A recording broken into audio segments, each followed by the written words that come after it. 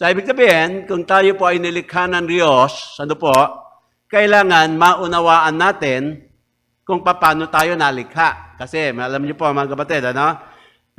Marami pong mga tao ngayon, sabihin po natin, nakakaranas ng mga sakit ng loob. Di ba? Yung mga damdamin po ba na hindi maayos. People are hurting. Yan po ang nangyayari. At alam niyo po, mga kapatid, kapag ang tao po, when we are hurting, what we need is a simple truth.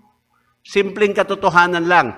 Hindi po yung katotohanan na ginawang simple o pinasimple. Hindi po, mga kapatid, hindi po yung simplistic truth ang kailangan natin. Hindi po, simple truth lamang po. So, ibig sabihin, pag simple truth, yung katotohanan na hindi mo na kailangan ipaliwanag ng maigi pa para maunawaan. Hindi po ba? Amen? Ano lang po yan? Tinatawag lang po natin, simpleng katotohanan. Yan po.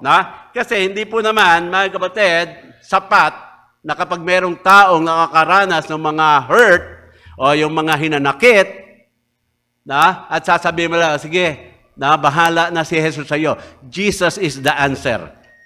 Totoo naman po, Jesus is the answer. Pero alam ko po, mga kapatid, kung titignan natin, hindi naman po sapat yung sagot natin na ngayon. May lalapit sa'yo, may problema, sabi, huwag ka mag-alala. Sagot ng Panginoon yan. Tataka ngayon, paano?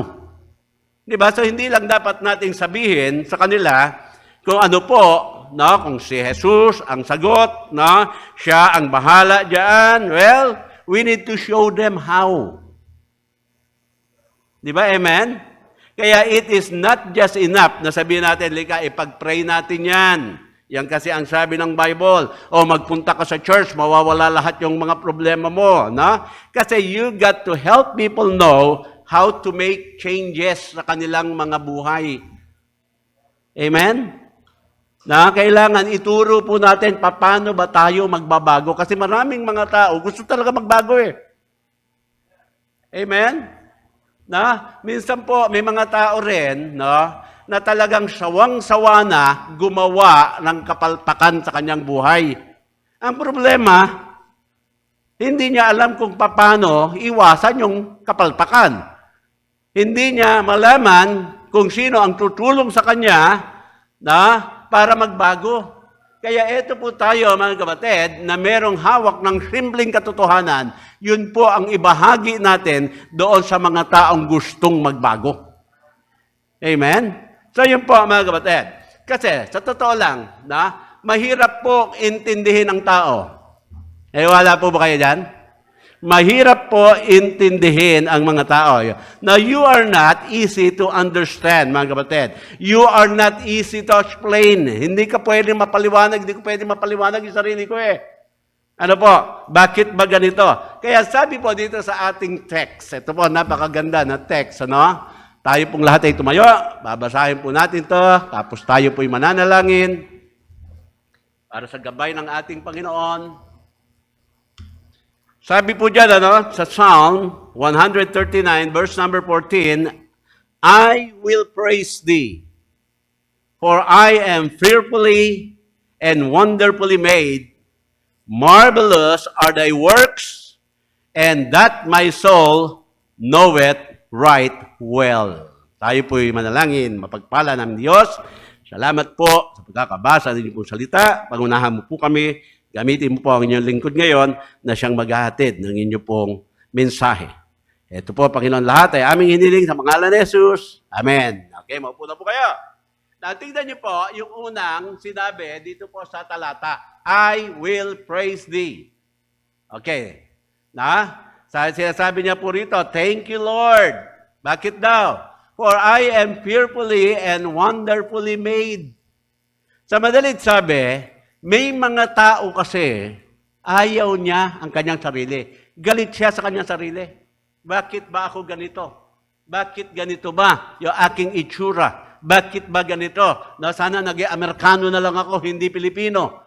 O naging Ilocano, hindi Bicolano. O ano man, mga kapatid, Pero sabi dito, ng psalmist sa atin, I will praise thee. Bakit po? Because, I am fearfully and wonderfully made. Sa madalit sabi, mga kapatid, tayo pong mga tao na nilikha ng Diyos, ganyan po ang pagkakalikha sa atin ng ating Panginoon na kailangan maunawaan natin kung bakit. Kasi sabi niya, marvelous are thy works. Tignan niyo po Ibig sabihin, tayo po ay obra maestra ng ating Panginoon. Masterpiece. Sabi po, Kasi nga, marvelous are thy works, and that my soul knoweth right well. So sinasabi po rito sa atin, mga kapatid, na ang ating Panginoon, nilikha ang mga tao at gusto ng Panginoon, maunawaan natin ang ating sarili. Amen? Yun dapat. Alam niyo po, siyempre yung babae at lalaki, mayroong pagkakaiba yan. Tama po ba? Amen? Pag ang mga babae, pag nagtanong yan, kamusta ka sa araw na ito, hindi po nila gusto yung sagot na, okay lang. Bitin ba sila doon sa sagot? Di ba, amen? Gusto nila, sasabihin mo, mula nung gumising ka, nagtimpla ka ng kape, di ba? Nagsuot ka ng medyas, naligo ka, sumakay ka ng sasakyan, gano'n. Hanggat makabalik ka. Gusto nila gano'n Pero sa atin, mga kapatid, ng mga lalaki, parang complete sentence na yun. Okay lang. Di ba, amen? Ngayon, pag tayo naman mga lalaki at kinamusta mo naman yung mga babae, na sabi, kamusta araw mo ngayon? Pag sinabi na okay lang, hindi na tayo nagtatalong. Alam na natin na okay. Hindi mo ba? Mga pagkakaiba. Ganun po Kaya mga kapatid, maiinis ba tayo doon sa pagkakaiba na yan? Hindi po. Kasi we are all wonderfully and fearfully made marvelous are thy works. Yan po ang sinasabi. So madalit sabi po, tayo po ay wonderfully complex. Yan po. To become all that God intends for you to be, you have to look at every dimension ng ating pong buhay. Hindi lang isang dimension. Bawat dimension po, mga kapatid.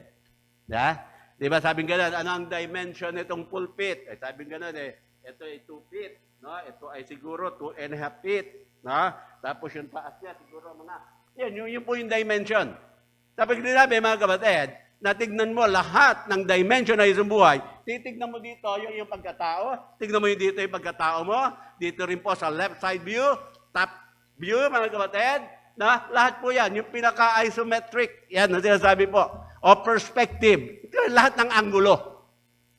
Hindi lang isa. Kasi pag isang anggulo lang, ng pagkatao mo, ang titignan mo, isa lang ang mauunawaan mo. Paano yung ibang anggulo? Di ba? So yun po ang sinasabi dito. Kaya po, wonderfully made po tayo. Okay.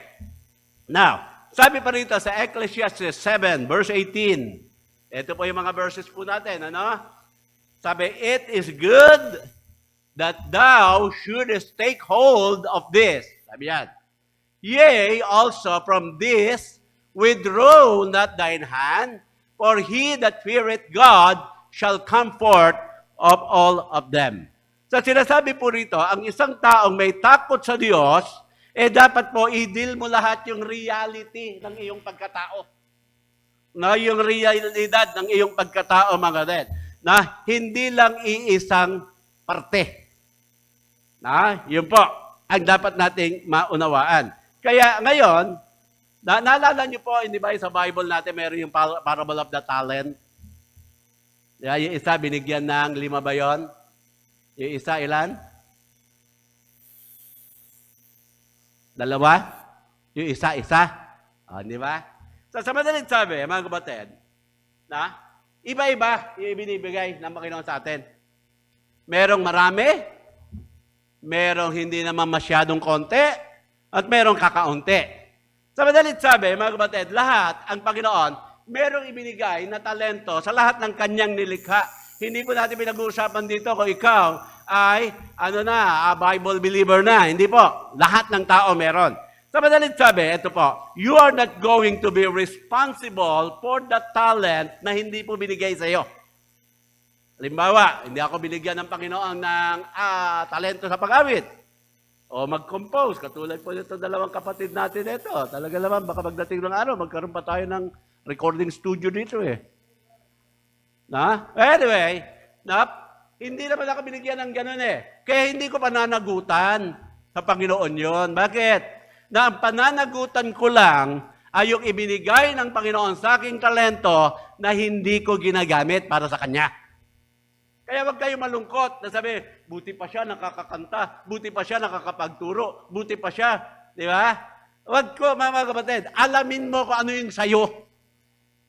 At ito bang sasabihin po natin, God is not going to judge you, na yung mga hindi niya naibigay sa iyo. Pero one day, siyempre po, God will judge you and evaluate your life on what you did with what you were given. Yan.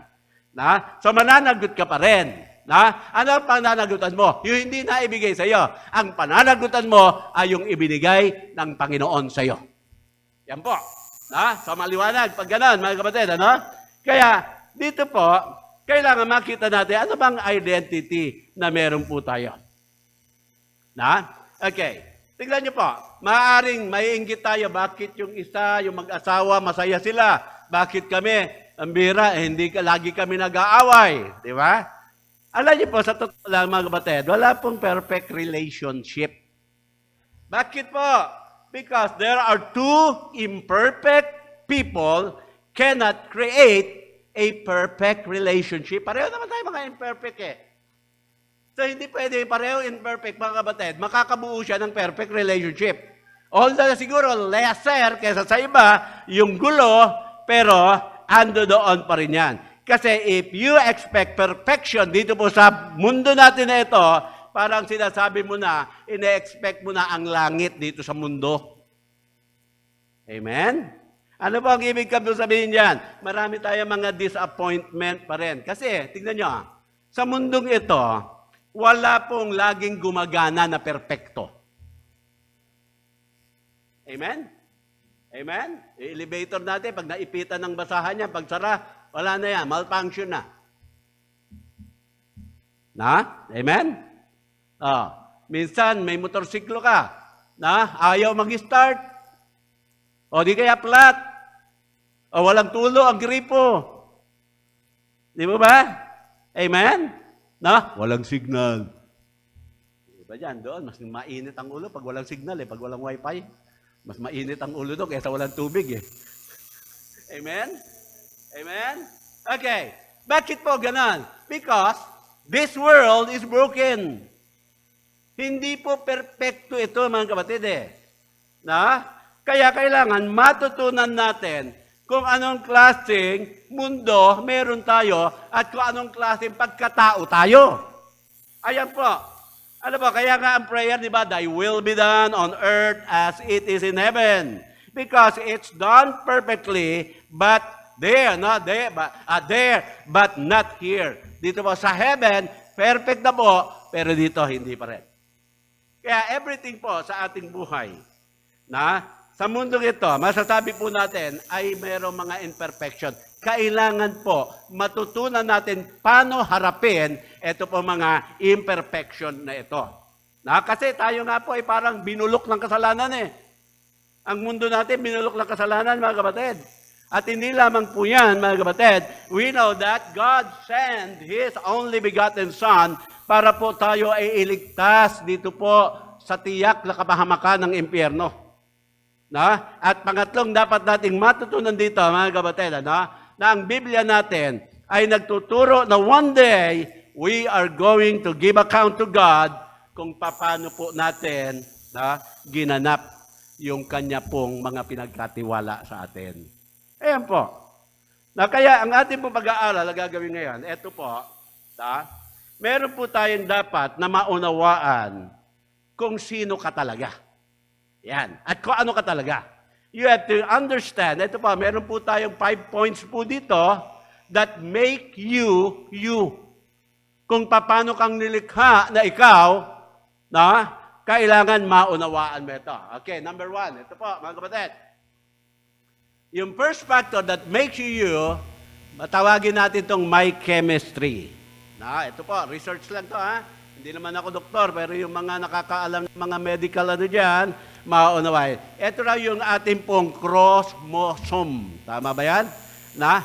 Ito yung ating mga DNA, mga kapatid, DNA. Ano po, yung ating mga genes, yung ating mga hormone. Ito po yung pagkatao po natin, meron tayong tinatawag na chemical makeup. Ano po? Kaya almost basic po yan, most basic biological level is it is you and your body. Na? Sabihin mga kapatid, pag nagpawis ka, maalat, bakit po? May chemical yon, parang asin, di ba? Bakit ka nagpapawis? Meron din parte na water. Na, ano pa? May iron. Lahat po yan. Kaya pag nagkakaroon tayo ng iron deficiency, nagkakaroon ng problema yung ating physical. So everything that happens to you in your life happens in your body, and your body is made up of chemicals. Yan po. Na? Iba po sa atin, mga kapatid, na ipanganak na meron tinatawag na yung hypersensitive sa pain. Tignan niyo po sila yan. Mukhang tapang yan. Pakitaan mo ng karayom yan. Nalala ko nung na-hospital po yan. Saan ba yun? Sa medical. Bibisto ko na siya. Medical City. Na pag sinasaksakan yan, humihiyaw po. Na kung siya po ay nasa 9th floor, hanggang 4th floor rinig. Meron mga hyper, di ba, mga kapatid? Na tinubuan lang ng blackheads talaga mo, aray naman, sakit naman. Gusto magpa-opera na kaagad. Meron naman, mga kapatid, yung mga pinanganak na meron naman silang high tolerance sa pain. Tama po ba yan? Amen? Kaya yung tatawag nila yung endurance daw. Kaya tignan nyo, bakit po, laging nasisisi tuloy yung mga ospital at doktor na pag may dinala doon pasyente, ano nangyari? Grabe na, mamatay na. Kaya sabi, walang kwenta yan. Paano nga, mga kapatid, yung pasyente, meron siyang high tolerance sa pain, kaya hanggat kaya niya, hindi tatakbo sa doktor o sa ospital. Kaya pag hindi niya na kaya, malala na. Di ba ganyan, mga kapatid? Naunawaan niya yung aking sinasabi? Katulad yung father ko po, nagkaroon ng, yung cancer sa pancreas. Masakit yun Na matagal niya na palang nararamdaman, pero hindi po dumadaing yan. Nung hindi niya na kaya, pinasok po ng ospital ng Monday, Wednesday patay. Amen? Kailangan unawain po. Others, sabi nga, meron po lang mga hypersensitive, na para bagang konting kimot lang, aray na kaagad, aray, di ba? Yung iba naman, mga kapatid, halos maputol na daliri, hindi pa rin umaalay. Kanyan po. Now, some of you were born sa tinatawag natin yung low energy level. Madaling mapagod. Ano po? Para bakang mali ba yan? Hindi po, mga kapatid. Talagang ikaw ay naipanganak lang, nakakaunti lang ang energy mo. Madali kang mapagod, mga kapatid. Iba naman yung madaling mapagod sa tamad, Minsan may sinusundan ako, nag-drive ako, meron akong nasundan ba, na jeep, pamasera. Doon sa laylaya, may nakasulat, sabi, hindi bali na tamad, hindi naman pagod. Okay yun, Hindi bali na tamad, hindi naman daw pagod. Kaya tayo po, dito, every one of us have meron pong tinatawag na mga structural and chemical weaknesses in our body. Kaya yung iba sa atin, gumagamit nitong mga salamin, di ba? Dahil nga meron tayong weak eyesight. Kaya dito po, all of us have biological and chemical deficiency. Ewan ko kung ano po yun sa inyo. At ang problema dito, mga kapatid, yung biological and chemical deficiency, lahat po yan, na this create din, hindi lamang po yung physical, but also emotional. Nadadama yung ating emotion. Nadadama yung ating mental. Ayan po, sa ating mga buhay. Sabi nga, ito, if you have low thyroid, you can exercise all you want, and you're still going to have not enough energy because your thyroid is low. Ganun pala. Ano po? Anyway, pag meron tayong calcium deficiency, ano mangyayari? Malutong yung buto. Di ba ba? Pag meron po tayong marami pa mga kapatid. At ito po ang isa, nagkaroon po na study, isang chemical na tinawag po siyang oxytocin. Ewan ko, si Terano, narinig mo na ba yan, Doktora? Oxytocin. Narinig nyo na ba yan? Di ba? Ito po, oxytocin na ito, mga kapatid, na ito po ay chemical that creates connection. Ibig sabihin, it's the chemical that bonds you to other people. Sabihin, pag ikaw, nawala ka nito o mababa masyado ang iyong oxytocin, magkakaroon ka ng difficulty connecting to other people. Kaya siguro yung mga suplado at mga suplada, mababa oxytocin nito eh. Amen? Na? Yung para bagang hindi ka sanay sa tao. Na para bagang mga kapatid, yung parang hindi mo kayang makibagay. Meron mga ganon, di ba? Meron pong mga experiment na ginawa dito po sa mga hamster na ito, sa Midwest. Na ito po mga hamster pala na ito, mga kapatid. Sila po yung natawag na ano na yan. Yung kanilang pag-mate ba, continual sa buhay hanggang mamatay sila eh. Kaya ito po mga hamster na ito, sila po ay monogenous. Ibig sabihin, isa lang ang kanilang gustong makapares. Pag namatay na yung kanilang kapares, hindi na po yan maghahanap pa ng iba. Antindi, no? Mas iigi pa itong mga hamster na ito eh. Sa atin, sasabihin, pag namatay na ba ako, sabi ng misis sa mister, ibig ba sabihin, yung baro ko, pasusuot mo doon sa bagong asawa mo? Sabi, hindi naman. Yung sapatos ko, hindi rin. Bakit? Hindi kasya. Meron na pala. Hindi pa patay. Hindi raw magkakasya. Amen? So, yun po, mga kapatid.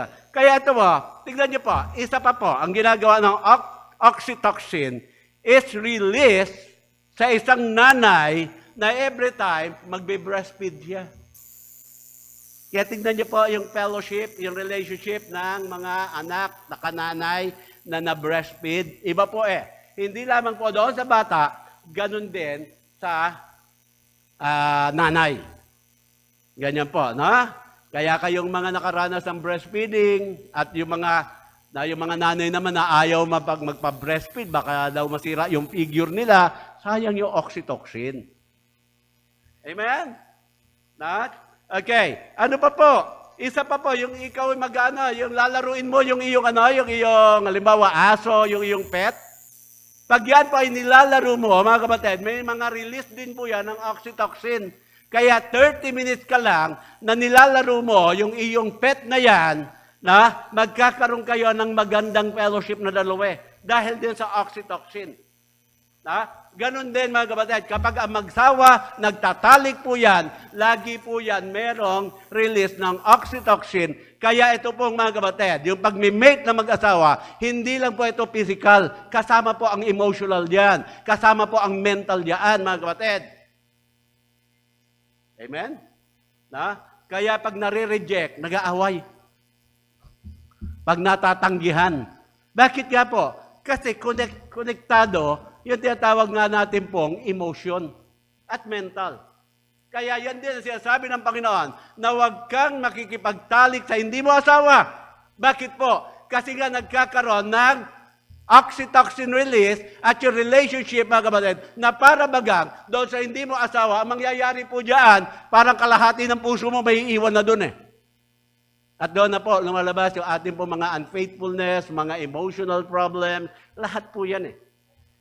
And we are created by God na ganun. Kailangan unawain natin yan, mga kapatid. Kaya ayaw nga ng Panginoon na tayo po ay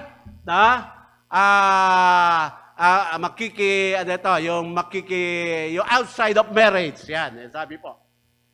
Kaya tingnan niyo pa mga kapatid, di ba? Minsan yung hindi totoo, mas demanding. Minsan mas maganda yung kusina na hindi totoo. Amen? Dahil po yan. Kaya, ano po ang makita ba? Nakakahiya ba ito? Siyempre po pagkasalanan nakakahiya. Pero kailangan unawain mo na hindi ka katulad ng iba because of your chemistry. Amen? Kaya wag mo sasabihin sa anak mo, pambira ka anak, yung kapitbahay natin, yung kalaro mo doon, laging honor, ikaw wala man lang.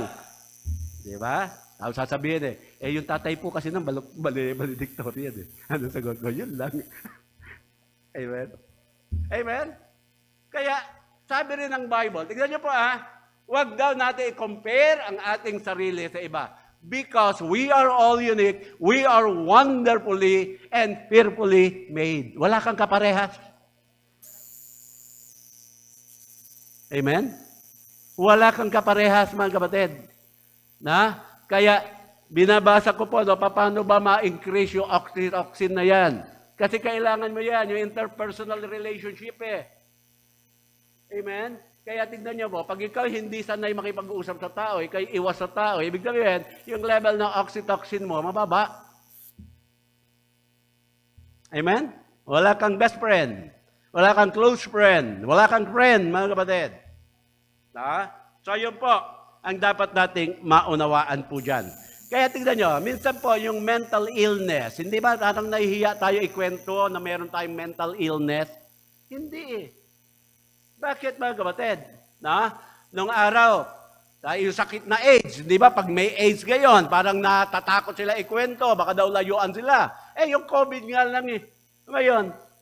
Di ba, amen? Pag alam nila nag-positive ka sa COVID, medyo iwas sa mga tao sa iyo eh. Ang tanong, masama ba yun ay kayo nagka-COVID? Hindi po. Mas malakas ang kanilang resistensya kesa sa iyo, kaya ka nahawa. Amen? Bakit po? Chemistry yan eh.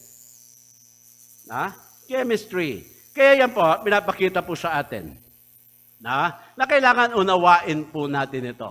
Maging si Paul, meron po rin siya, sa kanyang chemistry, meron din po siyang kapansanan, di ba sabi niya gano'n, Lord, alisin mo po. Sabi niya, I sought the Lord thrice. Ano po? Tungkol sa kanyang thorn in the flesh. Amen? Sabi sabihin, nung nilikha ng Panginoon, si Paul, meron na siyang thorn in the flesh. So kaya, pinapanalangin niya, Lord, alisin mo sa akin ito. At sagot lang ng Panginoon sa kanya, well, my grace is sufficient unto thee. Amen? My grace is sufficient unto thee. Galatians 4:13. Galatians 4, verse number 13. Ano sabi po dyan? You know how through infirmity of the flesh, I preach the gospel unto you at the first. Si Paul mismo yan. Infirmity of the flesh. Yung thorn in the flesh niya. Pero ano po, hindi niya na pinansin yun eh. Bakit? He was made by God na ganun. Physically. Kaya sabi niya, sige pa rin siya sa pag-preach ng Ebanghelyo ng Panginoon. Amen? Amen? Kaya huwag mo sabihin na, hindi siguro ako pwedeng maglingkod sa Panginoon kasi ganito ako kasi ganun ako. Hindi. Kung ganyan ka na nilikha ng Panginoon, mas gagamitin ka ng Panginoon na ganyan. Naalala niyo po, si David. Si David, nung kinalabanan niya si Goliath, ano ang ginawa ni Haring Saul? Binigyan siya ng armor ni Haring Saul. Sabi ni David, di pa siya hari nun, di ba? Binatilyo pa lang siya. Sabi niya, hindi ko pwedeng labanan niya si Goliath ng etong armor mo. Ano ang meron siya? Yung kanyang slingshot lang. Sabi niya, dito ko lalabanan yan. At yun ang ginawa niya, mga kapatid. Amen? Kaya hindi po tayo mananagot sa Panginoon sa mga bagay-bagay na hindi niya pinagkatiwala sa iyo. Pero, mananagot tayo doon sa mga talentong kanyang binigay, pero hindi mo ginamit sa kanya.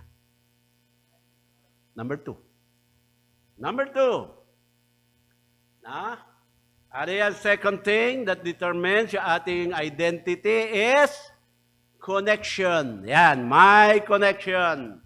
Sabihin, my connections are my relationship in life. Sabihin, we are the product of relationship.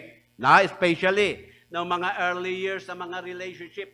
Sabihin, mga kapatid, dito po, nasabi ko sa inyo, di ba, ng mga nakaraan, na hindi po mahalaga sa Panginoon ang achievement. Ang mahalaga sa Kanya, relationship. Marami kang mga nagawa o na-achieve, pero marami ka namang kaaway. Wala rin, di ba? Amen? Gusto mo mga kapatid, makuha ito. Marami kang nasagasaan. Marami kang sinirang tao para maabot mo kung saan ka ngayon, naroon. May achievement ka, pero sira ang relationship mo.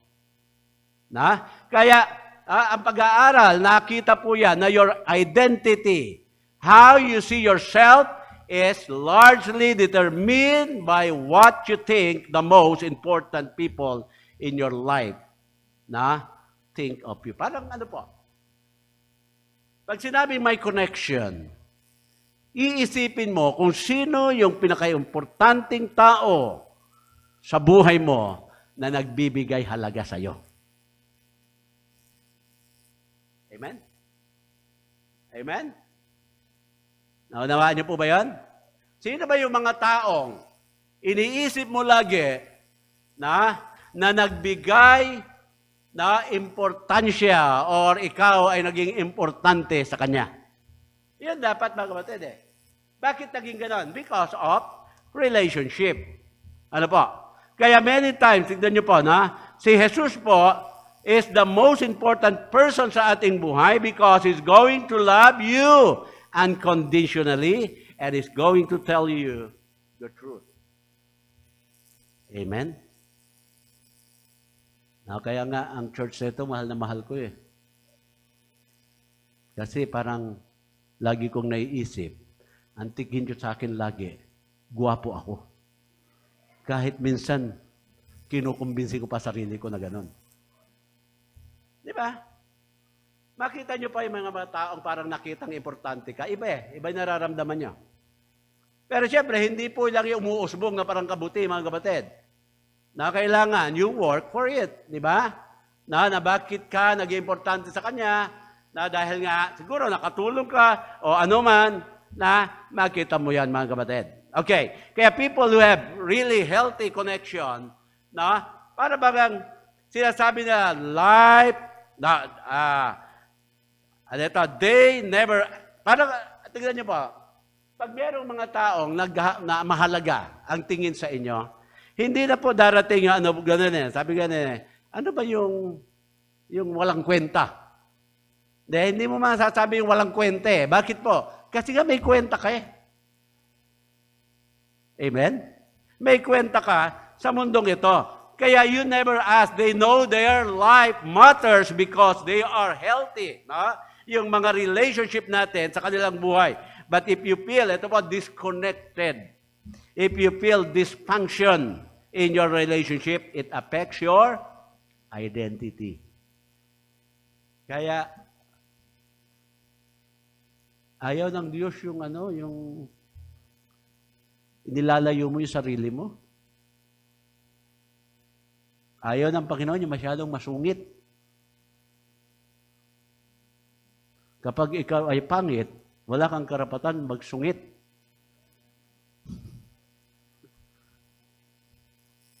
Amen? Amen? Why po? Tignan niyo po. Kasi nga, it affects your meaning and purpose. Kasi we are created for connection eh. Tapos ito ka ngayon, lalayo-layo ka, ayaw mo makihalo-hilo sa mga tao. So nasisira yung purpose ng Panginoon sa iyo. Amen? Amen? Alam niyo po, kung po pwede lang, araw-araw, eleksyon. At lahat ng tao, kandidato. Bakit? Pag kandidato, lahat kinakamayan eh. Kailan sila kumakamay? Pag eleksyon. Kaya pag eleksyon, araw-araw, at lahat ng tao, kandidato, di lahat tayo may koneksyon.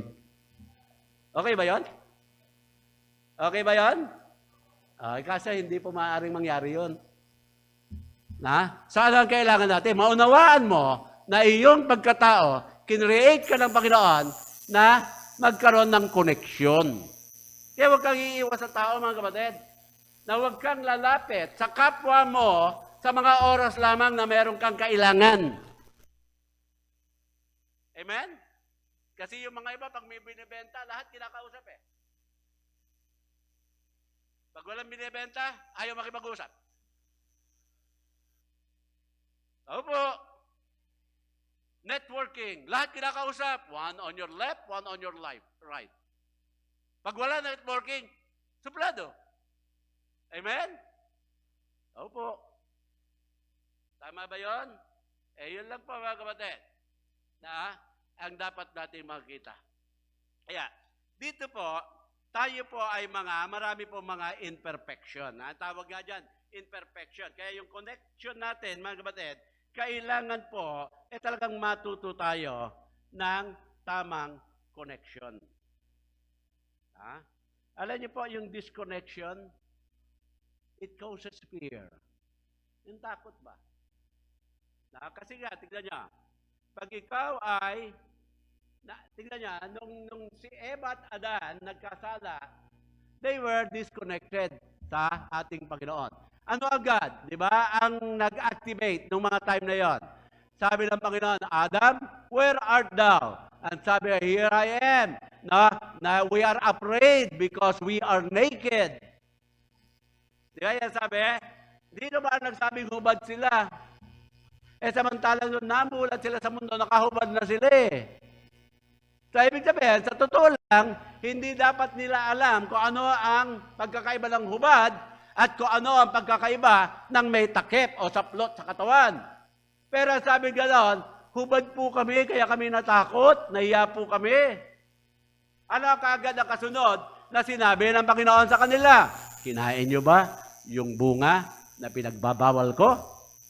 Ano sabi ni Adan? Kasi po yung babae binigay nyo sa akin, nagturo agad. Ganyan po tayo, pag tayo nagkakamali, nasusukol. Kailangan meron tayo ituro. Ano po? Kaya yung disconnection na yan, mga kapatid, it causes yung period. If you grew up feeling disconnected, now you have a hard time trusting other people. Natatakot ka po. Now, it's part of the way your identity has been formed. Kasama pa rin po yan ng pagkakagawa ng Panginoon sa atin. Amen? Amen? Kaya mahalaga yung connection, ha? Opo. Hindi lang yung connection ng internet. Amen?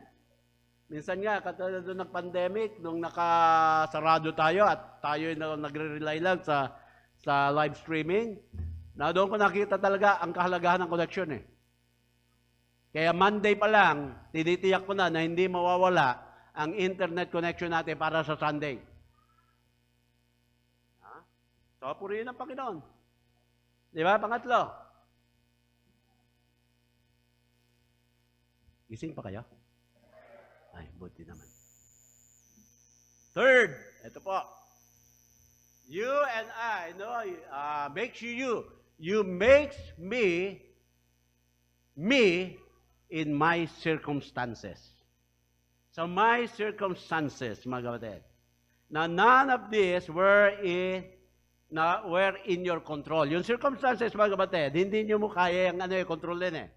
Hindi natin kayang piliin yung ating chemistry, mga kapatid. You didn't choose your initial connection.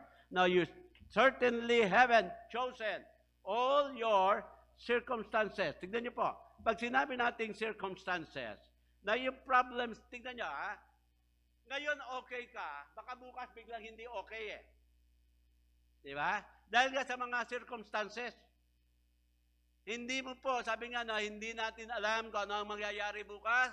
Ang tanging alam lang natin kung sino ang may hawak lang bukas. Sabi nga sa awitin, di ba? I don't know about tomorrow. I just live from day to day. Di ba? Pero ang alam natin, si Kristo, ang ating Diyos, ang may hawak bukas po. Kaya problems, tignan niyo po, darating sa atin yan because of circumstances. Pero alam niyo po ba, problem shape our lives. Hinuhubog po ng problema ang iyong pagkatao. Yung mga pressure po, hinuhubog yung ating pagkatao. Yung mga pain, hinuhubog po yung ating pagkatao. Amen? Kaya yung circumstances na yan, mga kapatid, naapektuhan yung ating po identity, yung emotion, lahat po yan, mga kapatid. At alam naman natin na ang circumstances hindi natin kayang kontrolin. Amen? Alam niyo kung anong maganda? Kapag hindi mo kayang kontrolin ang isang bagay, humanap ka ng kaya mong kontrolin. Diba? Okay, eto po. Number 4. Sabi ito po. My consciousness. Now, my consciousness is how I talk to myself. Alam niyo po, mga kapatid, ito po iba po yung nakikipag-usap ka sa sarili mo. At iba yung meron kang naririnig na salita.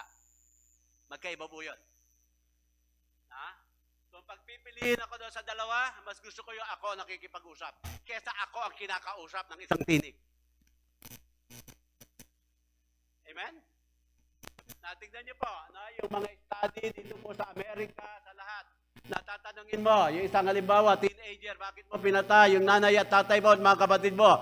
Lagi ba siya sabi, meron po kasi ako narinig na salita, na tinig, sinabi, patayin ko sila. Amen?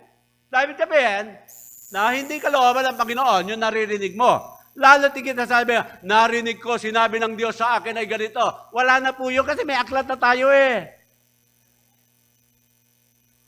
Amen?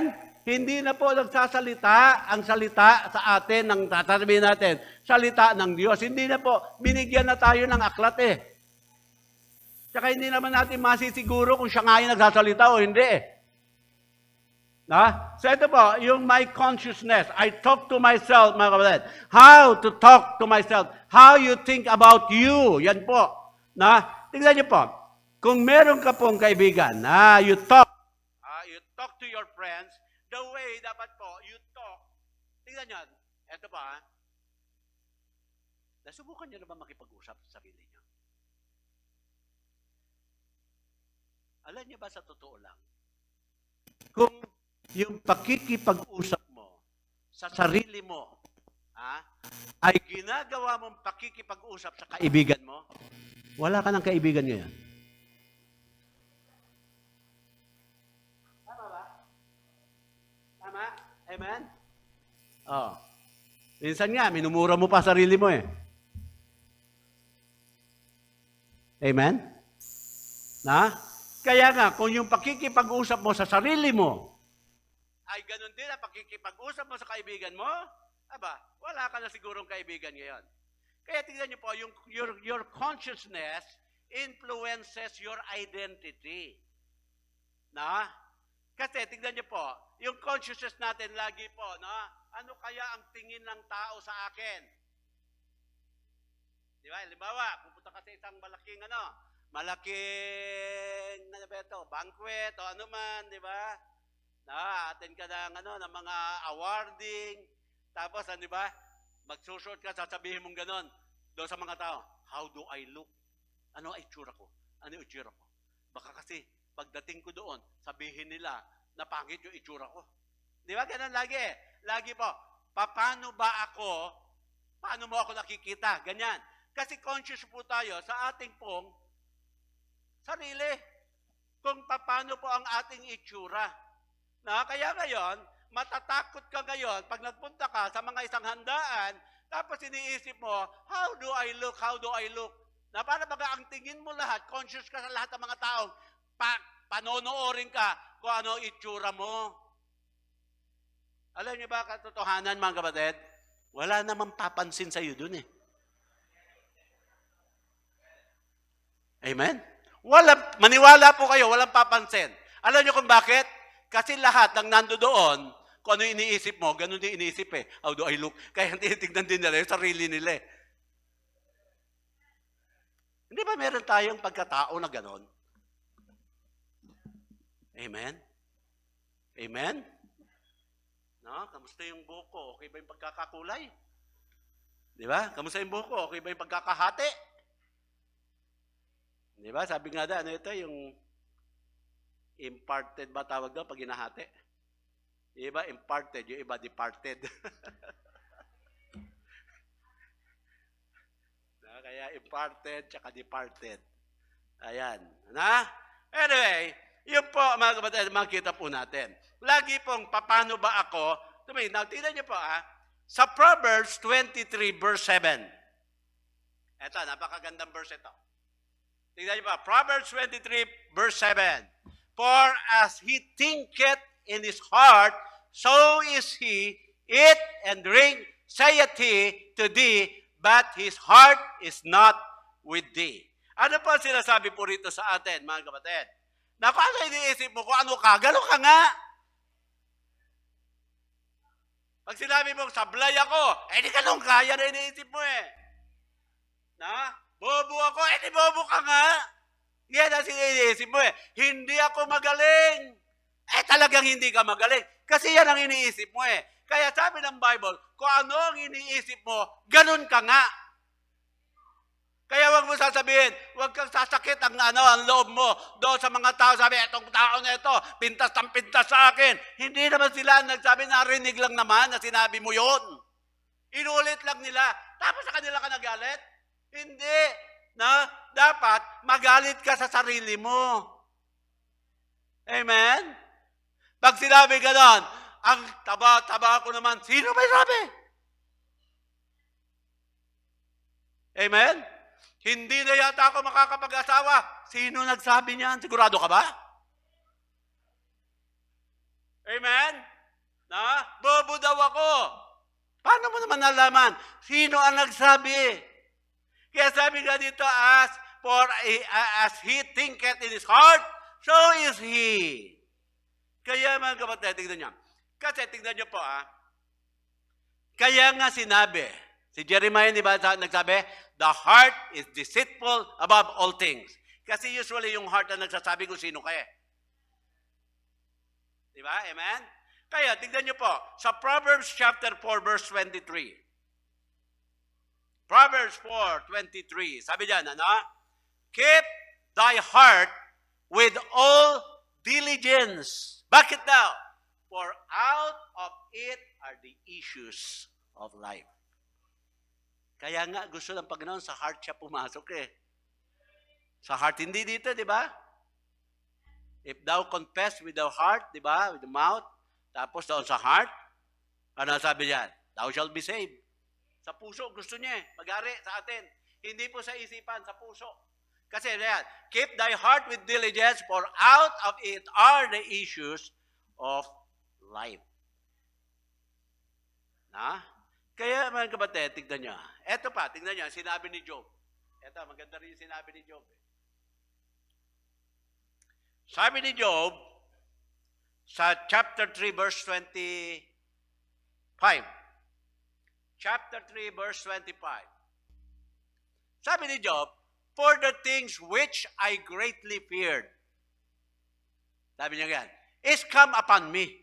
Sabi niya gan, natatakot ako na baka itong dumating sa akin. Natatakot ako na baka itong mangyari sa akin. Ano nangyari?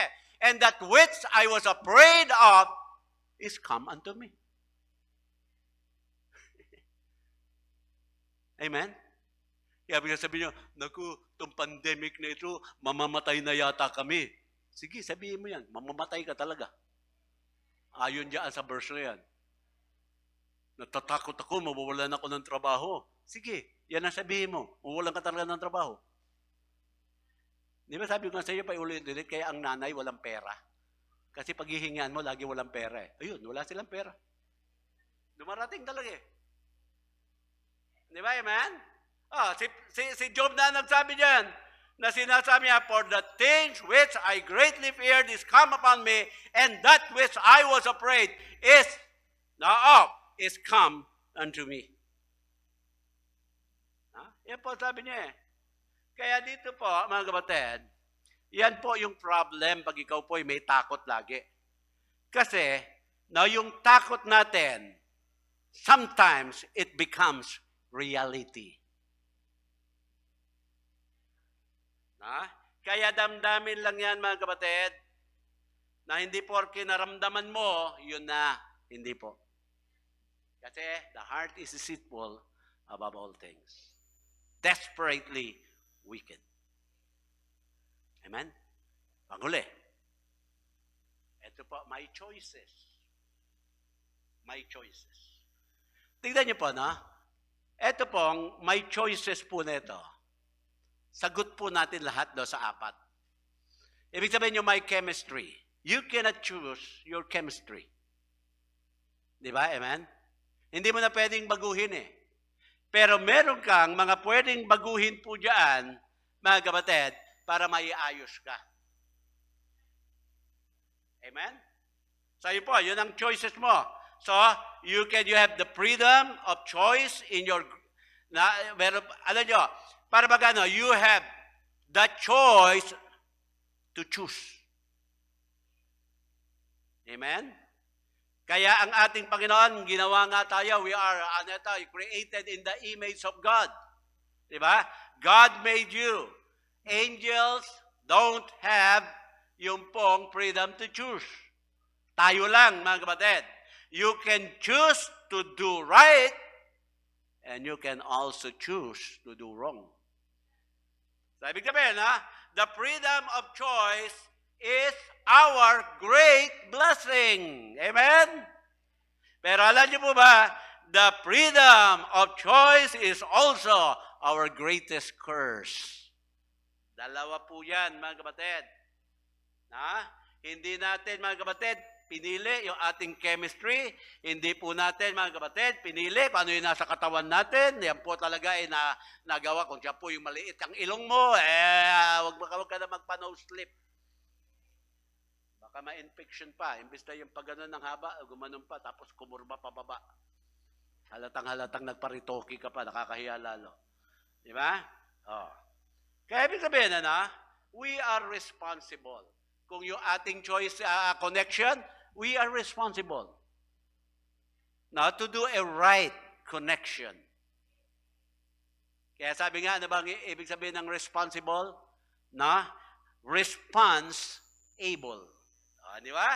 So, we are able to respond sa right and godly way.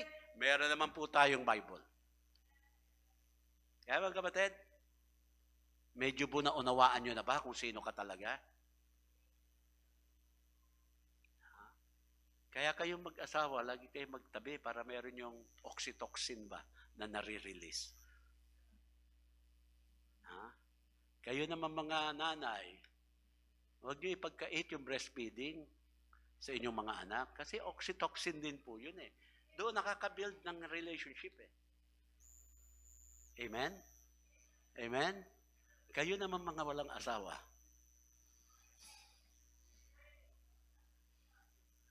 Bahala kayo sa buhay nyo. Hindi po. You build a better relationship dahil po, ano na kayo, tawag na sa inyo, blessed singleness eh. Palakasin nyo ngayon ang relasyon nyo sa Panginoon.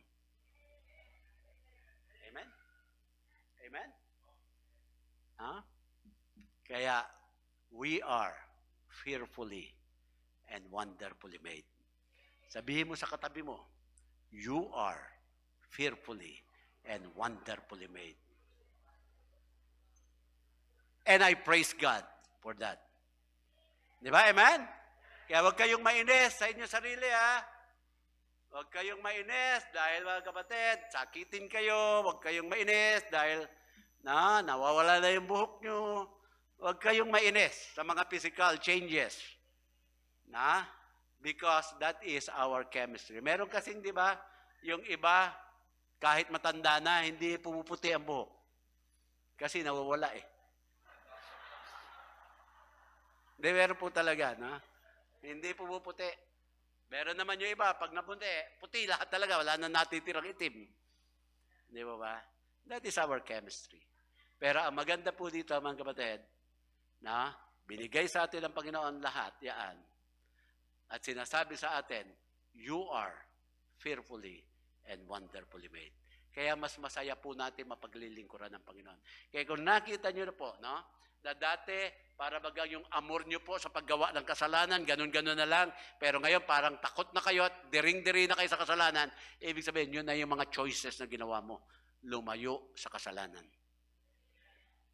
Kaya sa aming mga bisita na narito po ngayon, sabi ko nga po sa inyo kanina, hindi lamang po namin kayo gusto ma-entertain, mga kapatid at mga kaibigan, ang gusto po namin magkaroon kayo ng katiyakan ng langit. At yan nga po, ang unang step, aminin nyo na kayo po ay nagkasala. At sabi nga ng Bible, tignan mo, ilagay mo nga dyan, Romans 3:23. Tignan natin, sabi ng banal na kasulatan, Romans 3:23. For all have sinned and come short of the glory of God. Sabihin, lahat po tayo kasama po dyan. Pati pastor, pati pare, pati madre, pati si papa, kasama dyan. Kasi for all have sinned and come short of the glory of God. Na at sabi rin, mga kapatid, lahat ng kasalanan ng ating nagawa, may kabayaran. Sa Romans 6:23, ang sabi po dyan, for the wages of sin, 6:23, for the wages of sin is death. Kaya lahat ng tao namamatay. Kasi lahat ng tao nagkasala, lahat ng tao nagbabayad sa kanilang kasalanan. The wages of sin is death, but the gift of God is eternal life through Jesus Christ, our Lord. Ang malungkot po dito yung kabayaran ng kasalanan na kamatayan. Hindi lang po physical na kamatayan yan. Eternal na kamatayan. Na yung ating kaluluwa po idudulog sa impyerno po. Pero sabi nga dito, but the gift of God is eternal life through Jesus Christ our Lord. Kung ayaw po natin mapunta sa impyerno, pagsisihan natin yung ating mga kasalanan. Natanggapin natin si Kristo na maging Panginoon natin at tagapagligtas. Tayo pong lahat ay tumayo.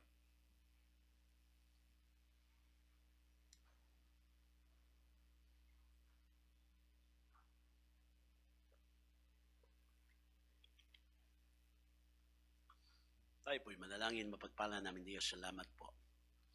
Sa amin po na pag-aralan ngayon, dalangin ko po, Panginoon, patuloy itong nangusap sa inyo pong mga anak, maging sa amin po mga bisita.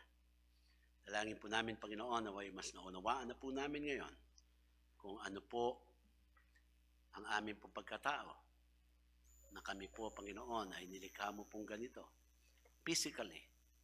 Bagamat wala na po kami magagawang pagbabago sa physical creation po namin, pero marami po kaming magagawa na pagbabago sa tulong mo po sa amin pong pag-uugali, yung aming character, behavior, yung amin pong mga koneksyon sa ibang tao. Higit sa lahat, sa amin pong pangangailangan ng kaligtasan. Kaya Panginoon, dalangin ko po ngayon na patuloy nga po mangusap sa inyo po mga anak ito. At dito nga po sa altar, kami po lumapit at manalangin sa inyo. Dalangin po rin namin ang aming po mga bisita na narito po ngayon. Gusto po namin sila po magkaroon din ng katiyakan ng langit. At ito ay magaganap lamang, Panginoon, kung sila po ay hihingi ng kapatawaran ng kasalanan sa inyo po at bubuksan ang kanilang mga puso at tatanggapin si Kristo na maging sarili nilang Panginoon at tagapagligtas. Kaya Panginoon, sa paanyaya, ikaw, Panginoon, ang siyang mangusap po sa bawat isa.